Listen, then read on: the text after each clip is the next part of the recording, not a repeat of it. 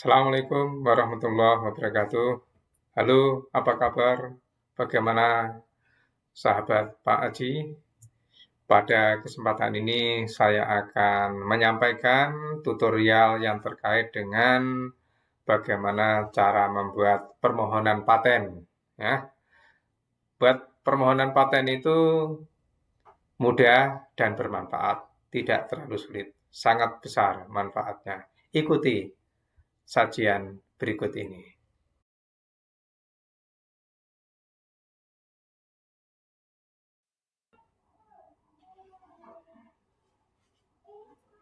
Bismillahirrahmanirrahim. Assalamualaikum warahmatullahi wabarakatuh. Pada kesempatan ini saya akan menjelaskan tentang permohonan paten. Itu sangat mudah dan bermanfaat. Pengertian paten. Paten itu dari kata patere, ini bahasa Latin ya, artinya to be open. Artinya adalah terbuka dan dipublikasikan di masyarakat. Apa yang dimaksud dengan paten?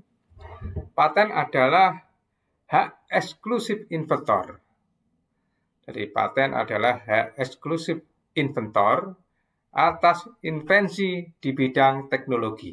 Ya, jadi bidang teknologi ini yang terpenting, kemudian berlaku dalam kurun waktu tertentu, kemudian keberlakuannya itu untuk dilaksanakan. Nah, nanti bagaimana pelaksanaannya akan kita jelaskan di berikutnya. Nah, kemudian kaitannya dengan paten itu ada invensi, yaitu adalah ide dari inventor.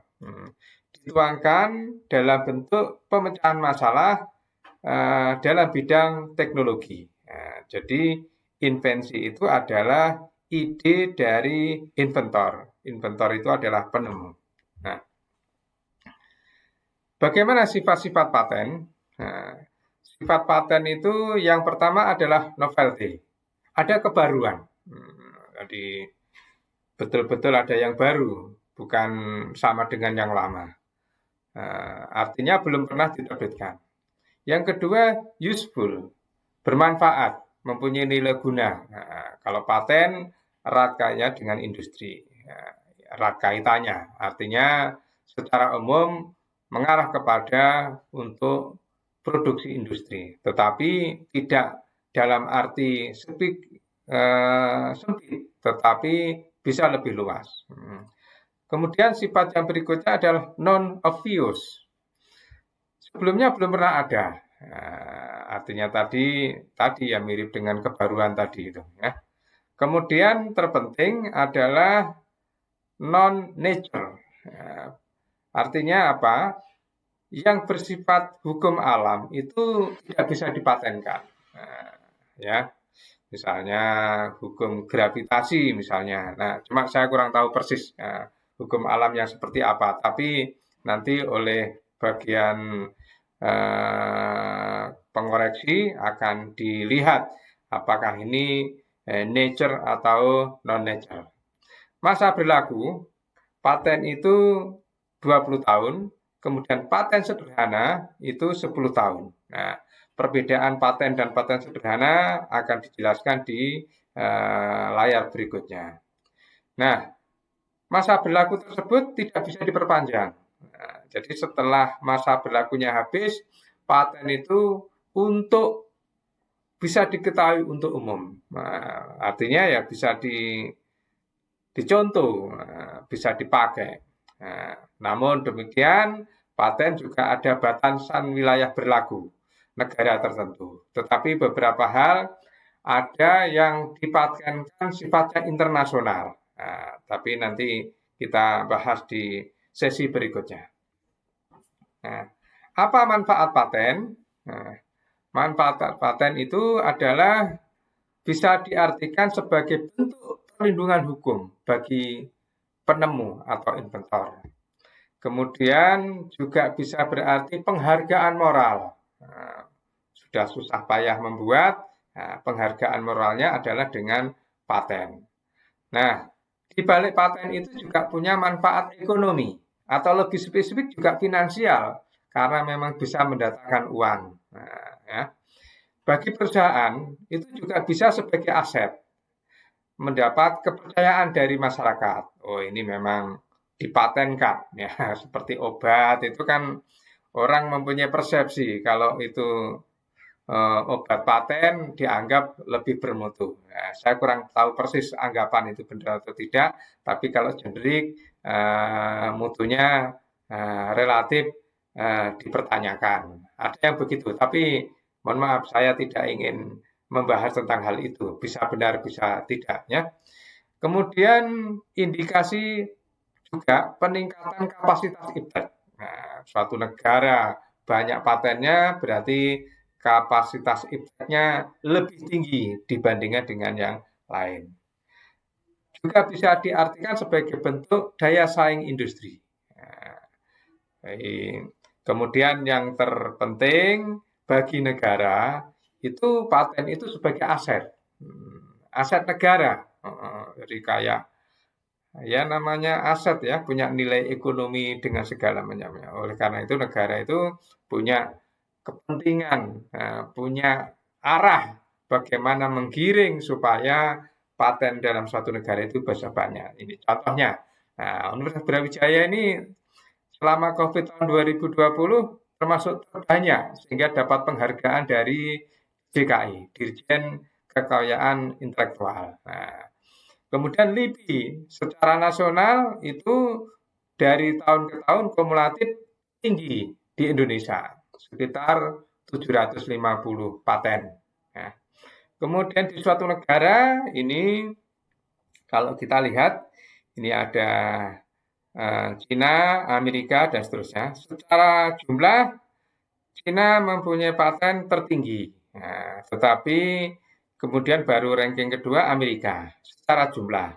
Tetapi kalau dilihat ini, yang merah muda sama merah tua ini residen sama non-residen. Jadi Amerika itu mempunyai jumlah paten residen yang tidak terlalu tinggi, tetapi jumlah paten non-residen itu sangat tinggi. Artinya apa?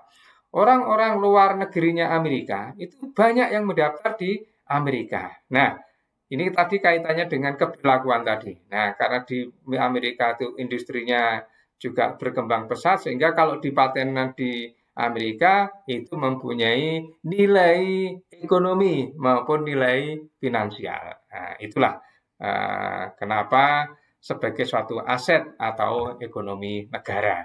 Nah, tetapi berbicara tentang paten itu bukan berarti semuanya dipatenkan atau paten-patenan, bukan begitu ya.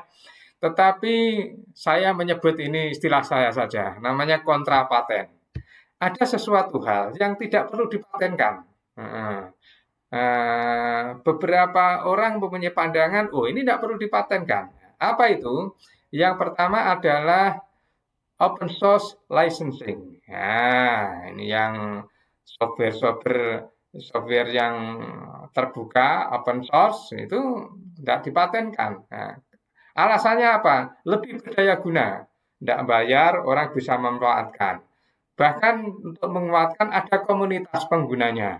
Nah, kemudian kalau itu open source, lebih tersebar dengan mudah dan murah. Nah, contohnya jurnal yang OJS ya, Open Journal System itu ya, nah, itu lebih murah atau karena nggak bayar, tinggal akses saja. Nah, kalau di obat kita sebut dengan istilah generik. Nah, jadi tidak dipatenkan. Nah, generik itu artinya tidak dipatenkan. Ini saya sebut istilah kontra paten. Itu yang pertama, open source. Kemudian tidak dipatenkan itu juga punya makna, itu sangat rahasia bagi perusahaan. Kalau dipatenkan nanti masa patennya habis terbuka untuk umum. Padahal perusahaan ini mau berkelanjutan. Nah, misalnya resep makanan, ya. Kemudian racian saus rokok, ya. Contohnya itu rahasia itu, tidak dipatenkan. Nah, ini saya berita dapat tapi. Nah, bengkel ketok magic. Nah, kalau ada tangki sepeda motor, kemudian kena benturan, kemudian dekok ke dalam, nah itu diperbaiki. Nah, itu dirahasiakan oleh bagian. Nah, tapi ini sebenarnya hanya sebagai suatu gambaran bahwa ada yang dirahasiakan. Jadi ketok magic itu kalau mau memperbaiki masuk di dalam kamar, tidak boleh terbuka begitu, orang tidak boleh tahu. Nanti kalau tahu caranya dicontoh, begitu kira-kira. Nah, tapi saya beri tanda petik ini ya, tidak punya makna yang terlalu signifikan. Nah, sengaja tidak dipatenkan supaya tidak terbongkar rahasianya. Nah, ada yang begitu ya. Jadi contohnya ini rahasia dagang, ya. Bagaimana racikan ayam crispy itu rahasia, begitu. Oke, lanjut. Nah, apa perbedaan paten dan paten sederhana? Kalau paten, orang menyebut istilah paten sederhana, paten biasa. Ya paten gitu aja sudah. Paten itu harus benar-benar baru ya. Kemudian mengandung langkah-langkah inventif. Kemudian prosesnya memang lebih rumit. Ya tentu rumit karena memang baru sama sekali. Orang masih belum banyak tahu ya. Kemudian apalagi belum ada patennya. Nah ini nanti bisa dilihat di penelusuran paten. Kalau memang itu tidak ditemukan, nah itu boleh disebut baru. Nah, cuma jangan salah tangkap. Tidak bisa ditelusuri ini bisa saja kemampuan menelusurinya masih kurang kurang gesit ya, kurang sungguh-sungguh sehingga belum menemukan. Nah, itu mau dibedakan ya. Kemudian kalau paten sederhana itu yang sebelumnya telah ada, ya, kemudian dilakukan perbaikan-perbaikan sedikit. Nah, apa itu perbaikan-perbaikannya? Perbaikannya itu memang ya ada keunggulan-keunggulan dibandingkan yang sebelumnya, yaitu lebih praktis daripada invensi yang sebelumnya. Itu yang paling menonjol. Yang jelas berbeda ya, tapi lebih praktis, mempunyai nilai-nilai yang lebih meningkat lagi added value-nya gitu. Nah, kemudian kalau paten sederhana itu ya lebih simpel karena memang kerangka pikir, kerangka konsepnya sudah ada sebelumnya, kemudian tinggal nambahi sedikit. Nah, contoh ini ya, tusuk gigi. Ya, mungkin tusuk gigi sudah banyak yang mempatenkan, tapi ada ukir-ukirannya, ada serutnya di sini ya, geligir-geligirnya sehingga kalau dipegang nggak mudah lepas. Nah, ini contoh dari paten sederhana ya. Ada contoh yang lain itu sedotan, kemudian diberi ringnya itu, pernya sehingga mudah ditekuk. Itu juga bagian dari bentuk paten sederhana. Lanjut, masa perlindungan paten. Kapan dan berlakunya paten itu? Kalau paten itu 20 tahun, sedangkan paten sederhana itu 10 tahun. Nah, ini ada beberapa masa berlaku untuk setiap jenis HKI. Ada hak cipta itu seumur hidup dan 50 tahun setelah pencipta meninggal dunia. Nah, lama lah begitu ya. Kalau paten 10 sama 20 tahun tadi. Merek itu 10 tahun dan dapat diperpanjang. Nah, kalau tadi paten 10 dan 20 tahun tetapi tidak bisa diperpanjang.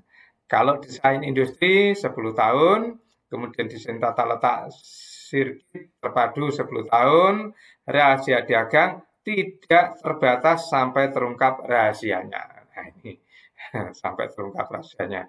Kemudian varietas tanaman 20 tahun atau 25 tahun. Baik, tahapan pengajuan paten.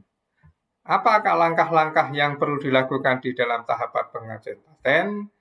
Yang pertama membuat dokumen deskripsi. Nah, artinya menjelaskan tentang apa yang dipatenkan itu. Kemudian setelah dijelaskan, kemudian dikirim Kalau sekarang kemudian online ya, diupload, kemudian nanti dikoreksi oleh DJKI, Dirjen Kekayaan Intelektual. Kemudian nanti ada perbaikan-perbaikan yang sifatnya perbaikan formalitas. Nah, setelah dilakukan perbaikan, baru dilakukan pemeriksaan substantif.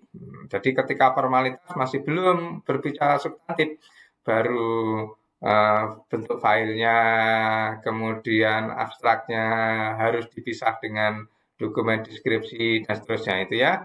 Cara menggambarnya, margin kanan, kiri, atas, bawah. Nah, kalau substantif sudah ngomong tentang isinya itu sendiri. Ya, tentunya mungkin kompetensi yang koreksi antara formalitas dan substantif berbeda. Nah, kemudian dilakukan perbaikan-perbaikan, kemudian dilakukan penelusuran oleh bagian yang memeriksa. Dibandingkan dilihat di penemu paten sebelumnya seperti apa, kalau sudah oke, disetujui, baru terakhir granted. Granted itu apa ya? Ya mempunyai hak milik paten, granted. Bagaimana alur pendaftaran? Secara garis besar saya jelaskan, tetapi saya akan menjelaskan alur pendaftaran ini secara lebih rinci di sesi yang lain. Ya, nanti dilihat di video channel YouTube Aji Suraji, nanti bisa dilihat ya, ikuti. Makanya saya sarankan silahkan di subscribe sehingga nanti kalau ada info terbaru yang terkait dengan ini bisa diikuti. Jadi alur pendaftarannya pertama registrasi akun. Ya, ini sudah wajar sekarang sudah tidak ada mengakses sesuatu tanpa akun itu sekarang sangat jarang ya. Tapi butuh akun karena memang tingkat kredibilitasnya bisa lebih tinggi kalau dengan akun itu ya. Kemudian membuat permohonan, kemudian data diunggah, kemudian seluruh formulir disiapkan, kemudian diproses oleh bagian pemeriksa di DJKI, kemudian setelah itu permohonan kamu sedang diproses ya, kemudian dirasa semua sudah, kalau benar baru diklik selesai, ini masih dalam aplikasi ini ya, kemudian setelah selesai baru ada tagihan. Tagihan di email kita, kemudian disebutkan ada kode billingnya. Dibayar kode billing ini yang pernah saya lakukan itu dengan menggunakan virtual account BNI, multi payment itu, kemudian setelah itu kita bayar. Kita masukkan kode billing yang ada. Nanti tinggal proses-proses selanjutnya masih panjang itu ya, masih ada nanti pemeriksaan formalitas, habis itu pemeriksaan substantif, baru penelusuran terhadap paten-paten sebelumnya, baru granted.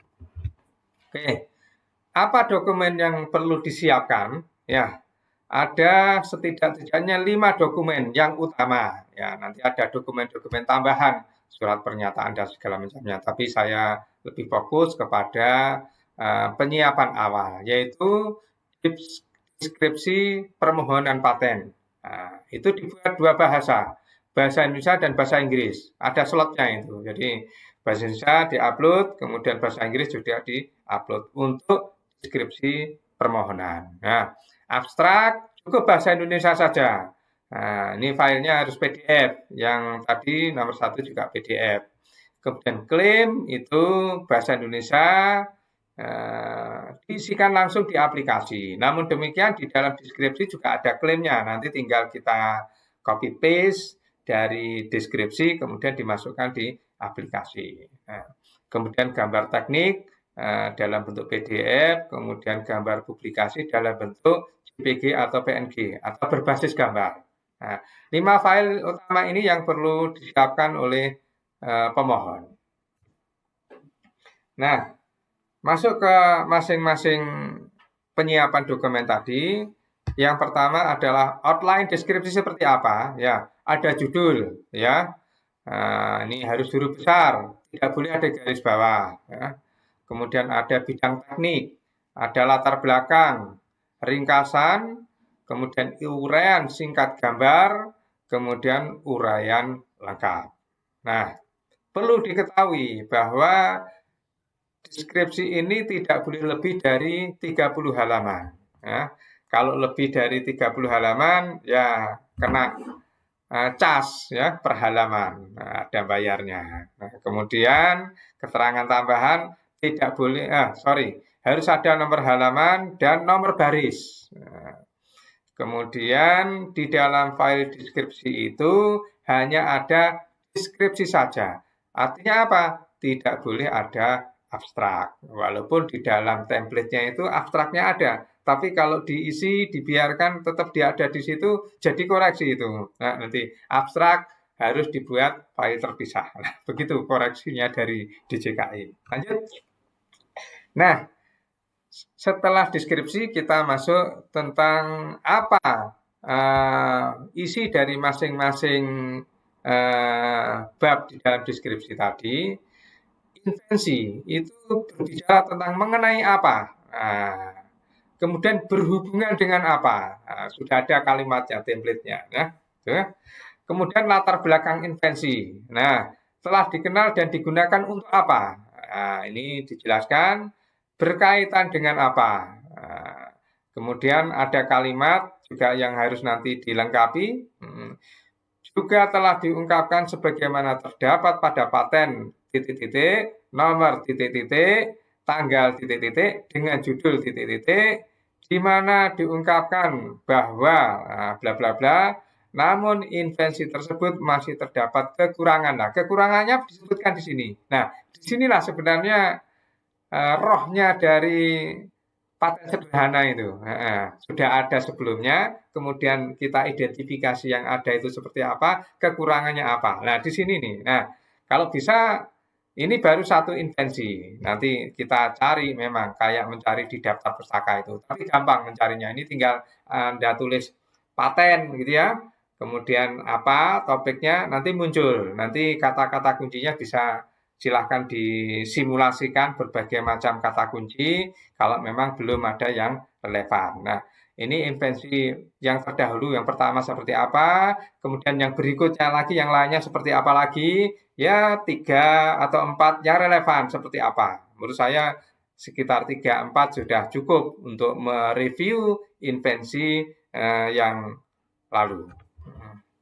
Nah, kemudian masih tentang deskripsi tadi, uraian singkat itu isinya apa? Membicarakan tentang tujuan utama dari invensi itu apa, kemudian tujuan lain apa. Jadi ada utama, ada lain ya. Mungkin kalau mungkin ingin deskripsikan nanti kan bahwa yang digarisbawahi yang utama ini. Nah, baru nanti tujuan-tujuan sekundernya seperti apa. Nah, gambar itu ada uraian singkat. Gambar 1 dijelaskan apa, ada nomor gambarnya, nomor-nomor komponen juga gitu ya. Kemudian gambar 2 apa, dan seterusnya. Nah, kemudian bab tentang uraian lengkap invensi itu diuraikan. Invensi ini akan secara lengkap diuraikan dengan mengacu pada gambar-gambar yang menyertainya. Mengacu pada gambar 1, nah yang kita punyai tadi gambar itu diuraikan. Nah ini, dari uraian di atas jelas bahwa hasil dari invensi ini dapat memberi manfaat bagi siapa. Nah ini, manfaatnya ini yang perlu ditunjukkan juga. Oke. Nah, setelah berbicara deskripsi, kita membicarakan tentang klaim. Bagaimana klaim itu? Ya, klaim bisa lebih dari satu ya, ya minimal satu. Tapi kalau yang standar yang dibayar itu adalah 10 klaim. Lebih dari 10 klaim harus bayar kelebihan klaim ya. Bagaimana cara menyusun klaim?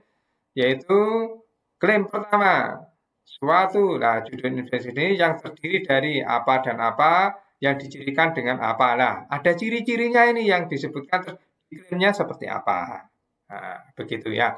Diklaimkannya itu berdasarkan ciri-ciri yang ada di sini. Oke. Nah, catatan cara membuat paten disusun dalam bentuk kalimat secara singkat dan jelas, mudah dipahami. Nah, ya jelas itu ya. Setiap item klaim menunjukkan satu kesatuan klaim. Tidak boleh sub-bab. Nah, misalnya klaim 1, 1A, 1B, 1C, tidak boleh. Kemudian 2, 2A, 2B, tidak bisa. Jadi langsung 1, 2, 3, sampai 10. Nah, kalau lebih dari 10 dan itu menurut Anda penting, silahkan. Tapi harus berani membayar kelebihan klaim. Nah, kelebihan klaim yang saat ini harganya satu klaim kelebihan itu 75.000. Nah, tapi kalau kurang dari 10 sudah sesuai dengan pendaftaran. Nah, biaya pendaftarannya saat ini 800.000. Baik, setelah berbicara klaim, kita lanjut berbicara tentang abstrak. Bagaimana cara menyusun abstrak? Nah, kurang lebih kata pembukanya seperti ini. Invensi ini mengenai bla bla bla bla. Nah, apa isinya sebenarnya? Yaitu gabungan bidang teknik invensi yang ada di deskripsi tadi, tentunya dibahasakan ulang lebih singkat, kemudian ditambah dengan ringkasan invensi tidak boleh lebih dari 200 kata. Nah, tidak boleh lebih 200 kata. Nanti ada cara menghitungkan jumlah kata di Word itu ada ya. Nah, apa catatan di dalam abstrak itu? Nah, ini dibuat halaman terpisah dengan deskripsi. Ini penting ini ya. Nah, ini yang sering jadi koreksi oleh tim pemeriksa di DJKI ya, ini sering digabung ya. Karena memang template-nya itu jadikan satu. Tapi setelah template-nya kita kirim ternyata harus dipisah. Nah, tidak lebih dari 200 kata ini juga perlu dicermati. Kemudian harus ada nomor halaman dan nomor baris. Selanjutnya gambar teknik. Gambar teknik itu boleh lebih dari satu, 2 gambar, 3 gambar, dan seterusnya.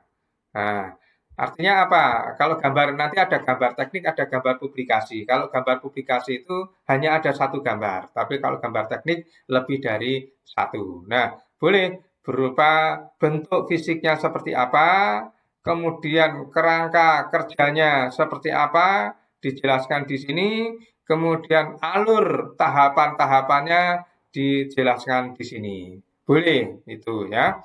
Jadi lebih dari satu gambar, tetapi juga perlu diketahui ada layoutnya, halamannya, margin kanan, margin kiri perlu diikuti. Nah, ini masih tentang seputar gambar teknik ya. Ada gambar, ada nomor-nomornya seperti ini. Contohnya seperti itu ya. Kemudian bagaimana gambar publikasi? Nah, gambar publikasi itu hanya ada satu gambar, tidak boleh lebih. Nah, tapi ada triknya. Kalau itu lebih dari 2 gambar ya, saya kemarin pengalaman bukan gambar tapi tabel. Jadi tabelnya digabungkan. Ya, kebetulan agak mirip-mirip itu ada tabel 1 dan tabel 2, kemudian dijadikan dalam satu kotak tabel. Nah, itu trik saja ya. Ini contoh untuk headset ini ya, bagaimana gambar publikasinya. Kemudian kalau ini adalah tes darah. Nah, ini bagaimana salah satu bentuk contoh gambar publikasi. Pengetikan, nah ini yang penting. Jadi deskripsi, abstrak, dan klaim ini harus ditulis di kertas A4. Ya, ukurannya A4 ya, gampang itu di Word itu ya. Marginnya 2, 2, 2,5, 2. Kemudian pergantian alinea ini menjorok ke dalam sebanyak 5 ketukan. Nah, jadi ketika masuk paragraf itu 5 ketukan. Itu saja ya, cara pengetikannya. Nah, kalau gambar beda lagi. Tadi itu ada deskripsi dan abstrak ya. Kalau gambar sama, kertas A4 ini. Ini kata kuncinya di 4 walaupun ada keterangan penyajian gambar dengan menggunakan tinta Cina hitam. Wah, nah ini gambarnya sudah pakai komputer, tidak pakai tinta Cina hitam ya. Yang penting kertas A4, kemudian tentunya warnanya hitam ya. Jadi gambar-gambar itu berwarna hitam ya. Kemudian layoutnya ini yang perlu dicermati. layout atas bawah kiri kanan, 2,5, 1, 2,5, dan 1,5. Ya, oke. Jadi itu yang kaitannya dengan penyajian gambar. Nah, kemudian ini saya garis bawahi kesalahan yang sering terjadi bagi pengajuan awal termasuk pemula. Ya, pemula. Ini deskripsi saja, tidak boleh. Jadi file di dalam deskripsi itu hanya boleh deskripsi saja. Artinya apa? Tidak boleh ada abstrak. Nah, kemudian harus ada nomor halaman dan nomor baris. Nah, kemudian penyajian gambar teknik sesuai dengan ketentuan, ada nomor-nomornya tadi. Kalau salah nanti ya direvisi, tidak usah takut, ya. Tidak usah takut ini ya. Nanti kalau salah diperbaiki. Kemudian berikutnya, ketika untuk tampilan gambar publikasi itu dipilih salah satu dari gambar teknik. Tapi kalau itu mungkin mau digabung, dirangkum atau bentuk lain yang memang layak untuk dipublikasikan, pilih salah satu. Ya, oke. Kemudian dada dukung yang perlu diunggah. Apa itu? Nah, tadi sudah dijelaskan bagaimana cara membuat. Sekarang yang perlu disiapkan di dalam mengunggah itu apa saja. Nah, ini secara lengkap ya. Pertama adalah file deskripsi tadi ya, dalam bentuk PDF. Kemudian klaim. Kemudian abstrak dalam bentuk PDF. Gambar invensi atau disebut juga gambar teknik dalam bentuk PDF. Kemudian gambar publikasi dalam bentuk JPG atau berbasis gambar, PNG juga boleh. Kemudian surat pernyataan. Nah, surat pernyataan, nah ini surat-surat ini nanti akan saya jelaskan di sesi yang berikutnya ya. Tunggu di channel Aji Suraji berikutnya. Surat pernyataan, kemudian surat pengalihan hak, surat kuasa, surat keterangan UMK, kemudian SK akte pendirian. Nah, nanti ada penjelasan mana yang perlu dan mana yang tidak di sesi berikutnya.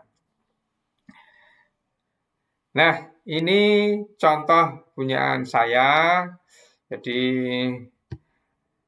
contoh hasil permohonan pendaftaran paten. Nah, di sini terpenting itu nomor permohonan. Nah, ini sudah dianggap ya, permohonan ini terdaftar. Nah, nomornya 5002021011491.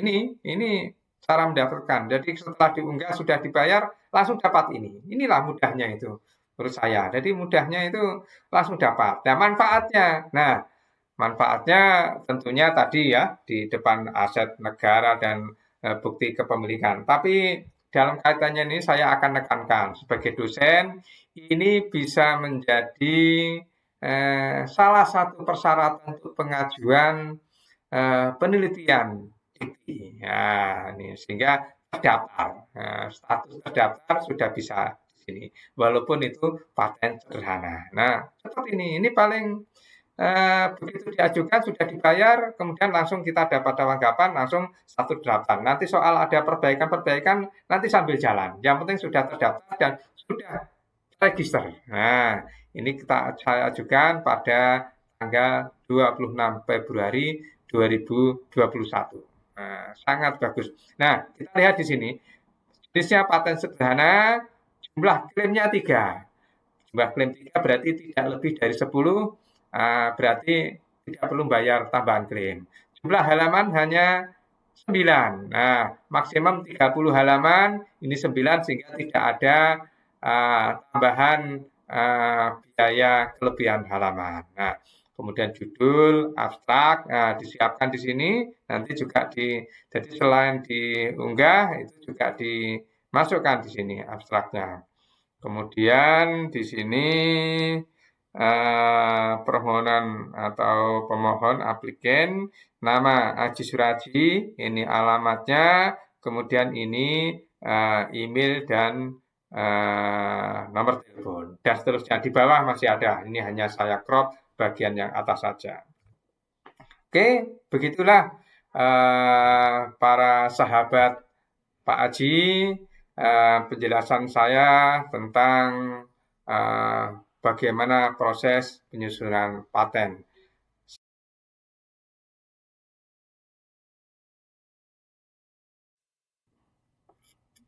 Sahabat Pak Aji, demikianlah tadi sajian tentang bagaimana cara membuat permohonan paten. Mudah kan? Dan tentunya sangat bermanfaat. Semoga bermanfaat. Assalamualaikum warahmatullahi wabarakatuh.